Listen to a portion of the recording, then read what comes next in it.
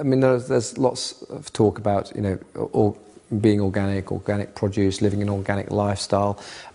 For me, what we're really talking about is long-term sustainable food produce.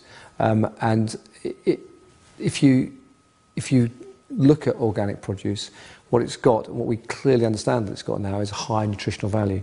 So it's very easy to grow plants very big and make them look very glossy, but they have little or no nutritional value.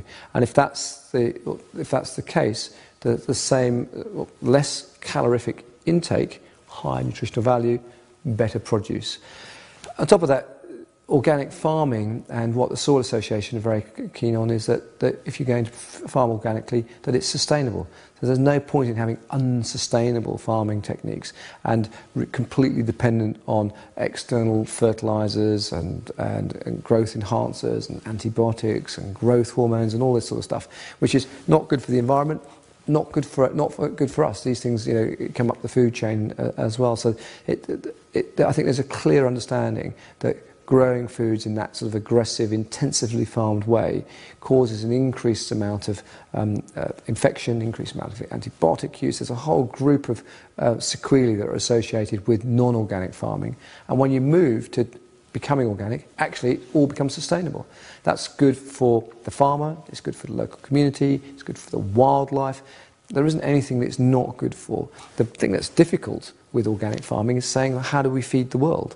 Because part of the drive for non-organic farming, for not doing normal crop rotations and all those things that historically we used to do, is that you can get a greater yield from your land by farming in a non-organic way. And there's a drive to do that both commercially, there's a drive to do that both economically, to feed a larger numbers of the population.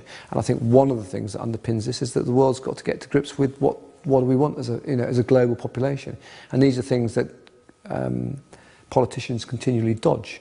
They're not interested, or they don't like to think about, how many children should a family have? We've heard this stuff from China, and people think, oh, thank God we don't have to think about it over here. But actually, everybody needs to think about it. And if you want organic, high-quality food, actually you need to think about the number of mouths you're going to feed, and that will be better for both the environment and also for the people eating the food.